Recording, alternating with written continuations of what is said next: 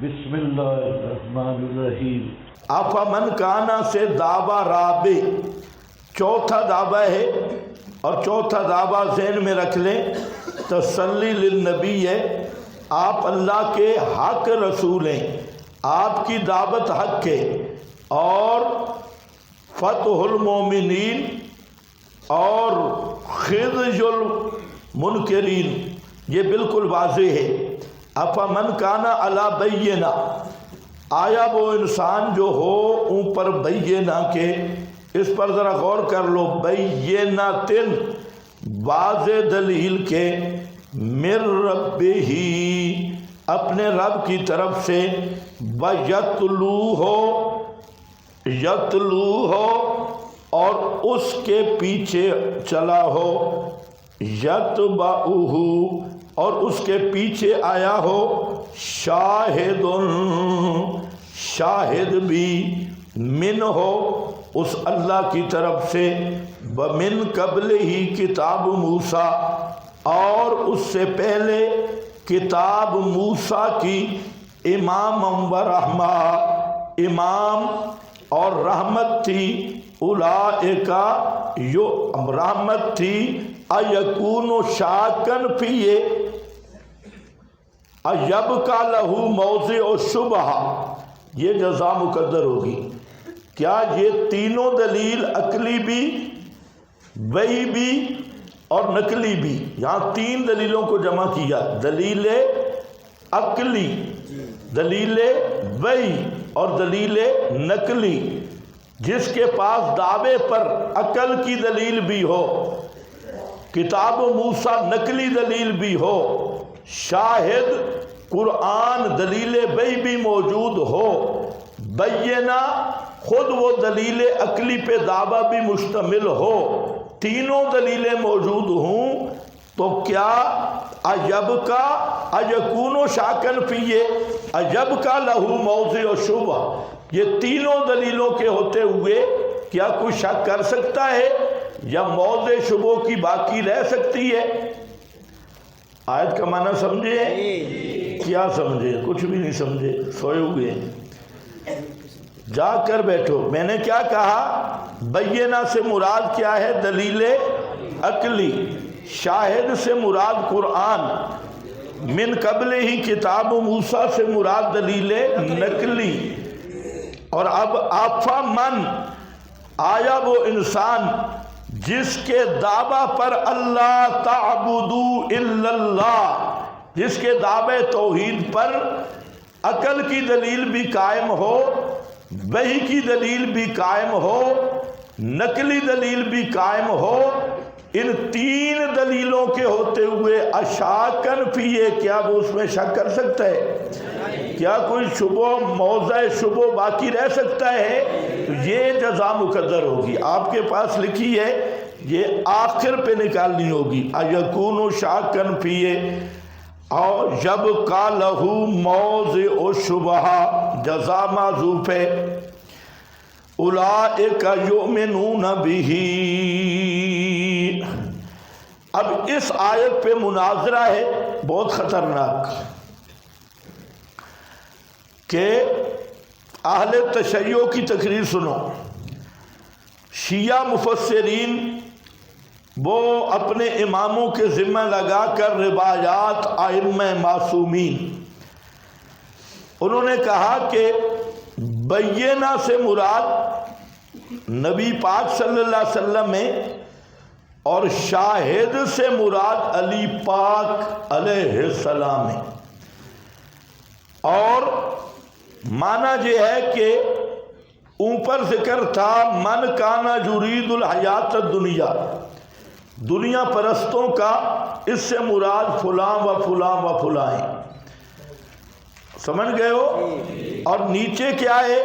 علی شاہد من ہو، تو من ہو یہ من جنس کے بازیہ ہے تبعیض کے لیے، اور ہو ضمیر کا مرجع رسول ہے، اور علی چونکہ جنس رسول ہے، علی منی،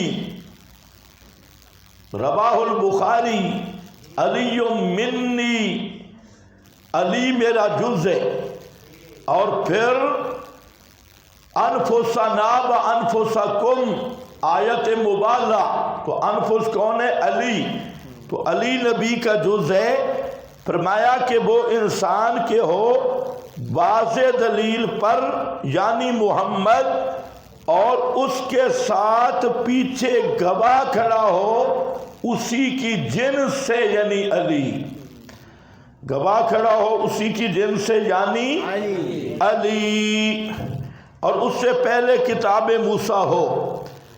تو کہتے یہ ہیں کہ اللہ نے جہاں یہ فرمایا کہ یہ جو قابض ہیں خلافت پر، یہ وہ ہیں من کان یرید الحیات الدنیا، اور جو نبی کی جنس سے ہے وہ علی ہے، اور جو شاہد نبوت ہے وہ علی ہے، اور علی شاہد تب بن سکتا ہے کہ علی معصوم ہو، اور جو معصوم ہوگا وہی معصوم کا شاہد بنے گا، اور غیر معصوم کا شاہد نہیں بن سکتا۔ اور جب علی معصوم ہے تو معصوم کے ہوتے ہوئے جو خلافت پہ قابض ہیں وہ مرید الدنیا ہیں، تو ان کی نوبت پہ فتوحات ہیں، فارس روم کی فتوحات دنیا میں مل گئے، لیکن آخرت میں کوئی فائدہ نہیں ہوگا۔ او بزرگوں سمجھ گئے نا؟ اب اس میں ماشاءاللہ ابن جریر نے اور آپ کے مفسرین نے بھی خوب دل کھول کے کہا ہے کہ شاہد سے مراد علی ہے، سنی مفسرین۔ تو اب بات بن گئی، تو اس لیے یاد رکھو کہ جہاں یہ بالکل سری جھوٹ ہے اور بددیانتی ہے۔ پہلی بات تو یہ ہے کہ یہ سورہ ہود یہ مکی صورت ہے، اور حضرت علی کی اس وقت عمر ہی بہت چھوٹی تھی۔ اگر یہ شاہد سے مراد کوئی صحابی ہوتا تو پھر یہ ابو بکر صدیق ہوتے، کیونکہ آپ کے پہلے شاہد ابو بکر ہیں، مصدق بھی کون ہے؟ ابو بکر رضی اللہ تعالیٰ عنہ۔ تو اس لیے یہ معنی ہی نہیں، اور جن روایتوں میں علی آیا اہل سنت کی کتب میں وہ بالکل موضوع ہیں سندن، اور مردود ہیں متنن، متنن بھی مردود، سندن بھی موضوع۔ آپ کے پاس ایک حوالہ لکھا ہے کہ وکیلا ہوا علی بہوا ضعیف، کہا گیا کہ شاید سے مراد کون ہے؟ علی، حاشیے پہ ہے، اور یہ بات ضعیف ہے، لا یثبت لہ قائل، یہ ہے بات سمجھنے والی۔ تفسیروں میں لکھا ہے کیلا علی، تو کیلا تب معتبر ہوگا کہ قائل اس کا پتہ ہو، تو کہتے ہیں اس کا کوئی قائل ثابت ہی نہیں، کس نے کہا کیلا؟ یہ شیعہ چوہے وہ جیسے حدیث میں گھسے تفسیروں میں بھی گھسے ہوئے ہیں، تو یہ انہی چوہوں کا فرمان ہے، یہ کسی کوئی اس کا قائل متعین نہیں۔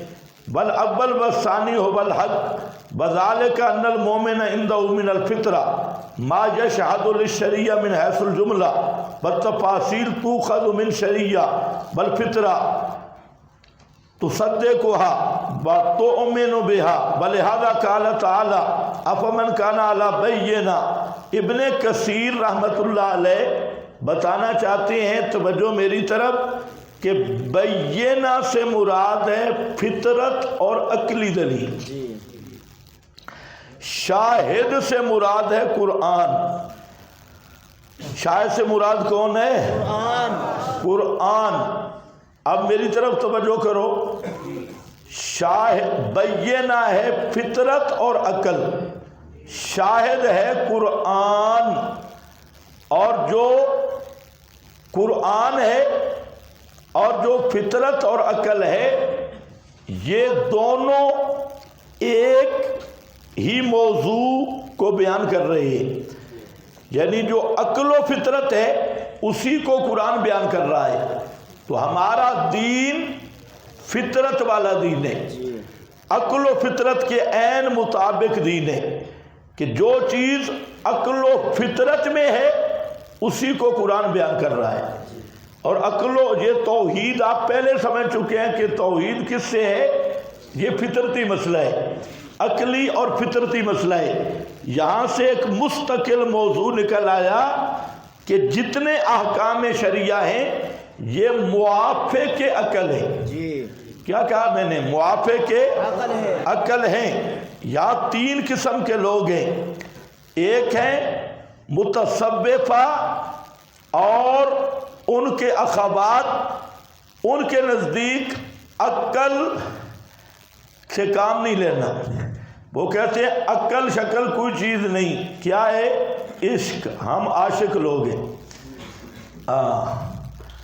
عشق اصل ہے اور عقل نہیں ہے۔ پھر عقل اور عشق کا مقابلہ بھی ہوتا ہے، شعر و شاعری میں آپ بھی کرتے ہیں، عشق فعل ہو، عقل فعل ہو گیا، آتش نمرود میں کود پڑا عشق، آتش نمرود میں کود پڑا، بولو عشق، عقل پریشان رہا، عشق کامیاب ہو گیا۔ اس میں بڑے اشعار ہیں اور یہ زندگی اور جہالت ہے، یہ بالکل شیطنت صوفیہ ہے۔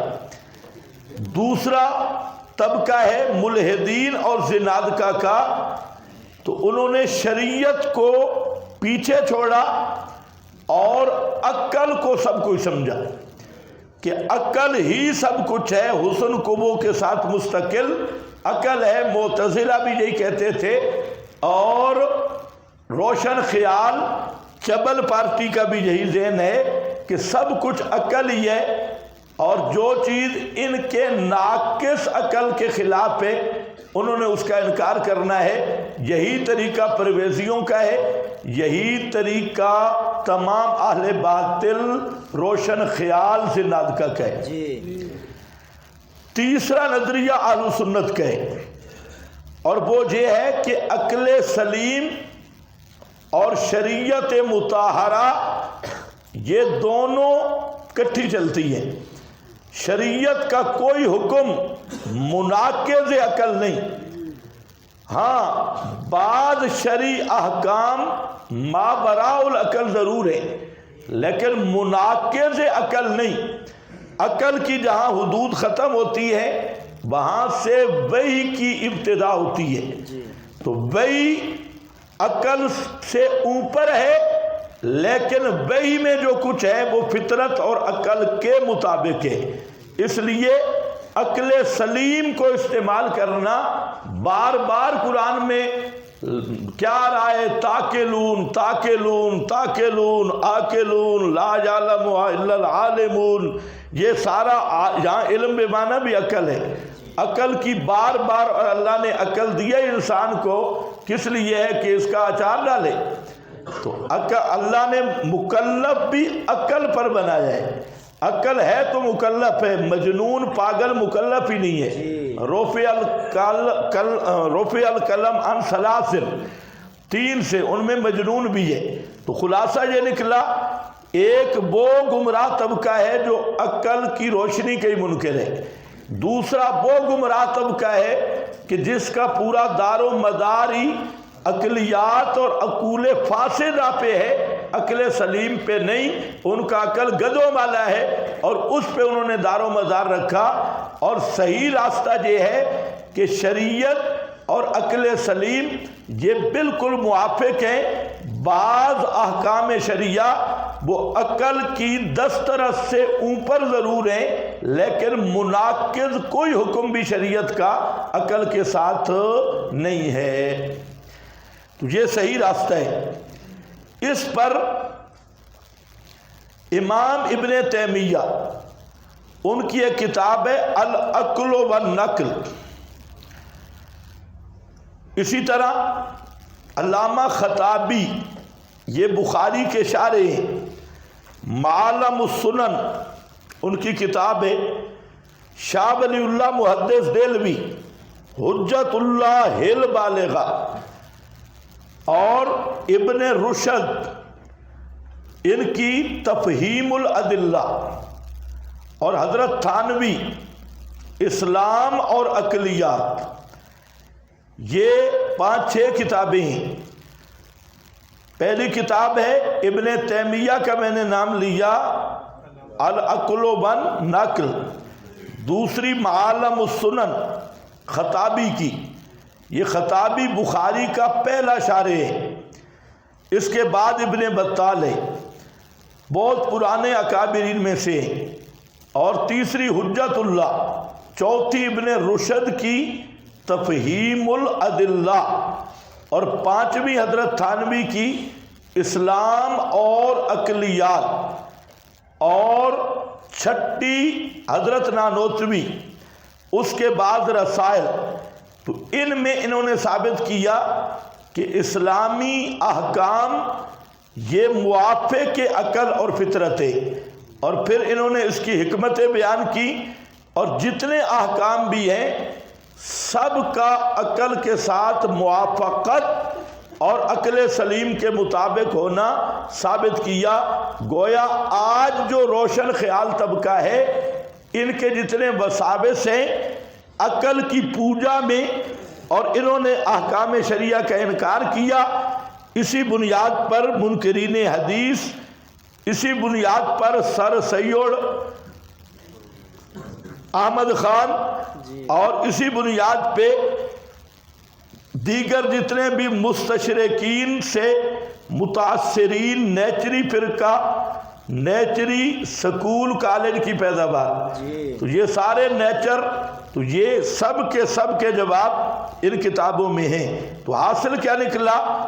بینہ سے مراد کون سی دلیل ہے؟ جلدی بولو۔ اوپر لکھے الحجت الفاصلۃ بین الحق والباطل، اور لکھا ہے عقلی۔ حضرت مولانا حسین علی رحمت اللہ علیہ نے اسی کو ترجیح دی، اور یہ جو ابن کثیر کی عبارت میں نے لکھی ہے، ابن کثیر بھی یہی کہہ رہا ہے کہ جہاں فطرت اور عقل مراد ہے۔ ابن کثیر یہ گویا کہ تائید ہے حضرت کی کہ انہوں نے جہاں عقل مراد لیا، ابن کثیر نے بھی عقل مراد لیا۔ آپ بول کیوں نہیں رہے؟ ترجمے پہ میرا دل بہت ہے کہ آج نکل جائیں سورۃ النحل تک۔ تو خذ من الشریعۃ والفطرہ۔ جی باقی کچھ اقوال اور ہیں۔ بعض نے کہا کہ بینہ سے مراد محمد الرسول اللہ صلی اللہ علیہ وسلم، اور شاہد سے مراد جبریل، کیونکہ جبریل نے آپ تک نبوت اور پیغامات پہنچائے۔ تیسرا بعض نے کہا بینہ سے مراد نبی کریم علیہ السلام، اور شاہد سے مراد لسان رسول، پیغمبر کا بیان۔ لیکن یاد رکھو لسان رسول قرآن ہے۔ میں نے کیا کہا؟ لسان رسول، لسان نبوت قرآن ہے، نبوت والی زبان قرآن ہے۔ یسرناہ بے لسانے کا، تو یسرناہ بے لسانک، لسان نبوت قرآن ہے، تو لسان محمد لے تب بھی قرآن ہے، ہوول قرآن کہیں تب بھی قرآن ہے۔ تو کتنے اقوال ہو گئے؟ 4۔ سلور اقوال دے، 4 اقوال۔ پہلا قول علی، لیکن یہ بالکل جھلی، اس کی کوئی دلیل نہیں، اور یہ صرف ہے رافضیوں کی جھلی پاگل پن۔ اور دوسرا اس شاہد سے مراد قرآن، بینہ سے مراد نبی، شاہد سے مراد جبریل۔ تیسرا بینہ سے مراد پیغمبر، شاہد سے مراد لسان پیغمبر۔ اور چوتھا جو اصل ہے، بینہ سے مراد دلیل عقلی، اور شاہد سے مراد قرآن یعنی دلیل بی۔ اور من قبل ہی کتاب موسیٰ سے دلیل نقلی۔ تو حاصل یہ، اور من ہو کی ضمیر کا مرجع یہ لفظ اللہ ہے، نہ کہ نبی پاک صلی اللہ علیہ وسلم، اور یہ من ہو یعنی من اللہ، وہ شاہد اللہ کی طرف سے ہے۔ شاہد اللہ کی طرف سے ہے، من قبل ہی کتاب موسیٰ اماما و رحمہ اولئک یؤمنون بہ، یہی لوگ ایمان لاتے ہیں بہ بالقرآن، ساتھ قرآن کے، ومن یکفر بہ، ومن یکفر بہ، اور جس نے کفر کیا ساتھ اس کے، من یکفر بہ من الاحزاب بہ بالقرآن اور بشیء منہ، اس کو سمجھنا ہے، ومن یکفر بہ، بہ کا معنی، او خدا کے لیے بولو، بالقرآن او بشیء منہ، تمہاری نظروں میں کوئی چیز تو نہیں ہے؟ کیوں نہیں بولتے؟ اوپر لکھا ہوا ہے بالقرآن او بشیء منہ، قرآن کا انکار کرے یا قرآن کی کسی ایک چیز کا انکار کرے، پورے قرآن کا انکار کرے یا بشیء منہ کسی ایک چیز کا انکار کرے، ایک چیز کا انکار کرے، فالنار موعدہ، پس آگ ہے اس کے لیے وعدہ۔ تو پورا قرآن کا انکار نہیں مراد، بشیء منہ ایک چیز کا بھی انکار کیا، باقی بالکل صوفی صافی ہے، لیکن صرف کہہ رہا ہے کہ مسئلہ شمع سے بخار ہوتا ہے، تو فالنار موعدہ بشیء منہ، کسی ایک چیز کا بھی انکار کیا، آگ ہے موعد اس کا، اس کے لیے بات آئے۔ اب یہاں پر بھی واحدی مفسر اور بعض دیگر نے ایک چبل لگائی اور شیعوں نے اس سے لے لیا، انہیں کہا من یکفر بہ من الاحزاب، من الاحزاب اے بنو امیہ، بنو احزاب سے مراد کیا ہے؟ بنو امیہ، بنو امیہ۔ شیعوں نے اس کو لے لیا کہ من یکفر بھی، جو کفر کرے گا اس کا بنو امیہ وغیرہ، اور بنو امیہ میں کون؟ حضرت عثمان، معاویہ اور سلطنت بنو امیہ ہیں، یعنی تحریف کا بھی کوئی طریق ہوتا ہے۔ عام آدمی بھی سنے نا، ادھر کدھر بنو امیہ کا تذکرہ آ رہا ہے، ان سے پوچھو کھوتی کے بچوں یہ قرآن کی تفسیر کر رہے، بکواس کر رہے، یہ کہاں آ گیا؟ باقی جو ہمارے حضرات ہیں تو وہ تو ماشاءاللہ جدھر سے کوئی چیز ملی وہ لے آئے، سکی سے نہیں لکھے، تو یہ کوئی بنو امیہ نہیں، اس کی خود حدیث میں تشریح موجود ہے، اور من یکفر بہ من الاحزاب فالنار موعدہ، آگ اس کے لیے وعدہ ہے۔ یہ آیت وحدت الادیان کا سر کچل رہی ہے، وحدت الادیان کا۔ اور ذرا خیال کرو، بڑے بڑے لوگ کروڑوں روپے لے کے وحدت کے خادم بنے ہوئے ہیں، وحدت الادیان کے وہ ابلیس کے نوکر بنے ہوئے ہیں۔ فالنار، جو شخص انکار کرے گا کس کا؟ کس کا؟ قرآن کا، یا بشیء من القرآن، جو قرآن یا قرآن کے کسی چیز کا انکار کرے گا تو وہ پکا جہنمی ہے یا ناجی ہے؟ جہنمی ہے۔ وہ پکا کیا بنے گا؟ جہنمی۔ وحدت الادیان، یہود، نصارہ، مسلمان، یہ تینوں فرقے ناجی ہیں، ان کا دعویٰ ہے تینوں فرقے ناجی ہیں۔ تو یہود نصارہ قرآن کو مانتے ہیں، اور اسی طرح جو نیچے ریبنڈی وحدت الادیان ہے تو اس میں شیعہ، بریلوی، للڑ، قادیانی جتنے کلمہ گو ہیں وہ سب کے سب ناجی ہیں۔ یہاں قرآن نے نچلے والوں کا بھی رگڑا نکال دیا، اوپر والوں کا بھی نکال دیا، کہ جو بھی قرآن کے کسی حصے کا بھی منکر ہوگا تو جہنمی ہے پکا۔ تو وحدت الادیان گیا جہنم میں۔ فالنار موعدہ، فالنار موعدہ، اس پر حاشیہ نہیں لکھا ہوا ہوگا کہیں؟ ہاں یہ لکھا ہے من کفر بالقرآن من سائر اہل الارض مشرکیہم اہل الکتاب وغیرہم، جو آدمی بھی قرآن کا انکار کرے گا تمام روئے زمین سے، ان کے مشرک بھی اہل کتاب سب، من سائر طوائف بنی آدم، بنی آدم کے تمام طائفے، الاختلاف الوانہم واشکالہم واجناسہم، رنگ کوئی بھی ہو، گورا کالا چٹا رتا کوئی رنگ ہو، شکل کوئی بھی ہو، تبالو شبالو، اجناسہم، اور جن سے کوئی قومیں ہوں، ممن بلغہ القرآن، جس کو قرآن پہنچائے۔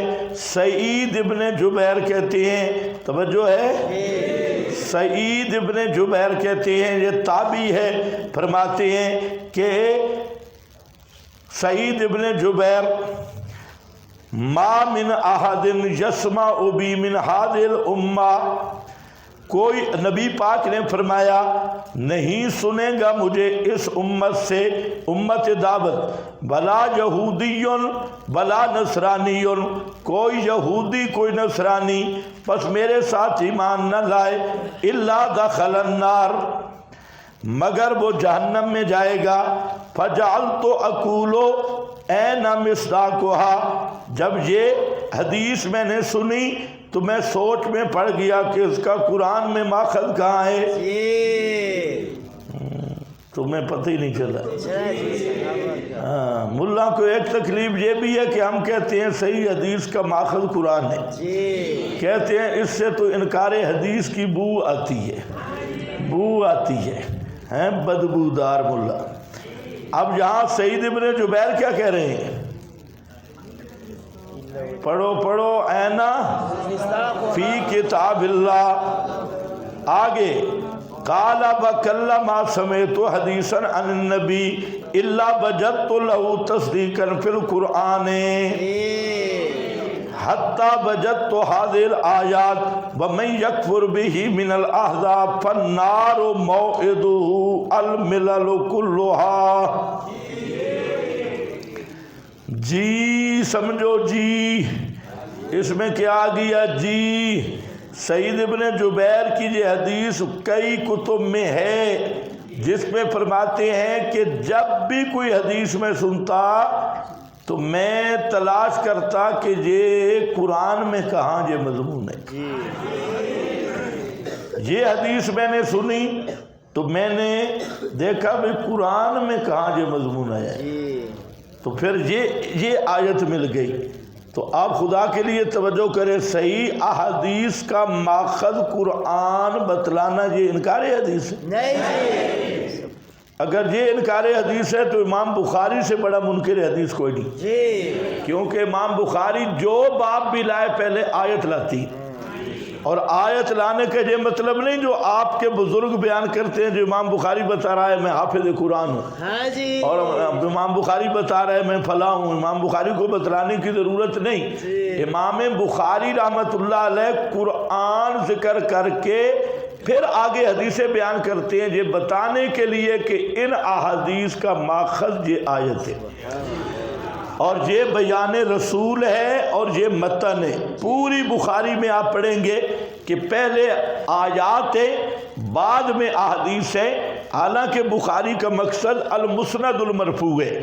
اور اگر اس نظر سے دیکھیں تو بخاری کی کوشش یہ ہے کہ دونوں جلدیں وہ قرآن کی تفسیر بنتی ہیں، دونوں جلدیں جو ہے وہ قرآن کی کیا بنتی ہے؟ تفسیر۔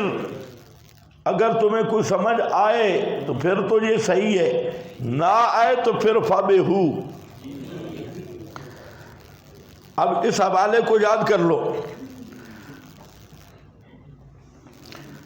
فَلَا تَكُ فِي مِرْيَةٍ مِّنْهُ، پس نہ ہونا بیچ شک کے، مریا بالکسر وَضَمْ الشک، شک کے معنی میں ہے فلا تک فی مریۃ منہ، پس نہ ہونا بیچ شک کے اس سے، بہت میری طرف توجہ، کس میں شک نہ کرنا، کس میں شک نہ کرنا کہ منکر قرآن کے جہنمی ہونے میں شک نہ کرنا، منکر قرآن کے جہنمی ہونے میں شک نہ کرنا۔ فلا تکو فی مریت منہ، پس نہ ہونا بیچ شک کرنے کے، شک میں نہ ہونا، من ہو اس سے، کس سے؟ منکرین قرآن کے۔ او آگے لکھا ہوا ہے بھئی، اگلا حاشیہ دیکھو اگلے صفحے پہ، فلا تکن فی شک من ان مسیر من کفر بالقرآن انا